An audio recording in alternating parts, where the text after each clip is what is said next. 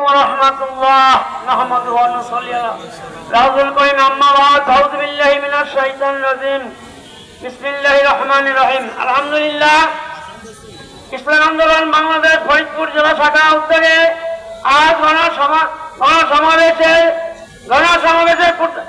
প্রধান আকর্ষণ আমাদের শায়েখে চরমোনাই আমাদের মাঝে উপস্থিত হবেন ইনশাআল্লাহ।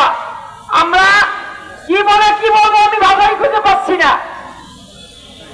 1972 সাল থেকে এই বাংলার জমিনে শাসনের পালাবদল হয়েছে। আমরা দেখেছেন এই পালাবদলের মাধ্যমে আমরা কোনো একটু শান্তি পেয়েছি কিনা জানি না। আমি কোনো শান্তি পাই নাই। মুক্তিযুদ্ধ করেছিলাম এই অশান্তি বিরাজমান হওয়ার জন্য না।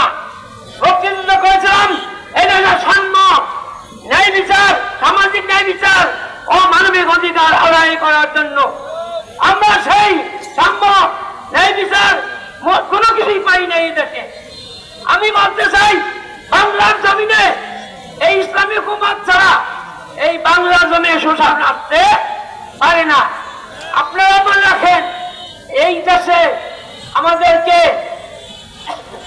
এই স্বার্থদের মাধ্যমে আল্লাহ তাআলা আমাদেরকে এই স্বাধীনতা বিজয় অর্জন করে দিয়েছেন। কথা ঠিক কিনা?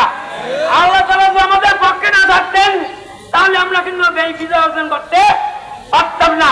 আপনারা জানেন ওই সালে মেয়র প্রতিনিধি নির্বাচনের সময় আমাদের শায়েখের হাতে আমাদের শায়েখের রক্তক্ষয় হয়েছিল।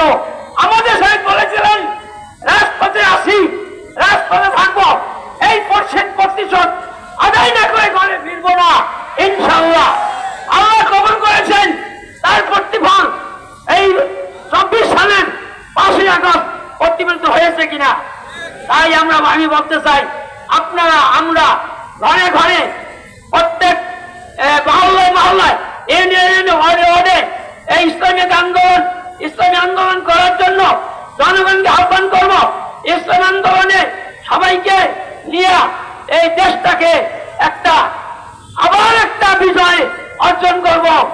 যে বিজয় আমরা পাবো পূর্ণ স্বাধীনতা এবং পূর্ণ আল্লাহ তাআলা সম্মতি অর্জন। আমরা সবাই মিলে বাংলার জমিনে ইসলামিক হুকুমত কায়েম করার জন্য সবখানে সর্বসময় কাজ করে দেব। এই কথা বলে আমি সংক্ষেপে শেষ করছি।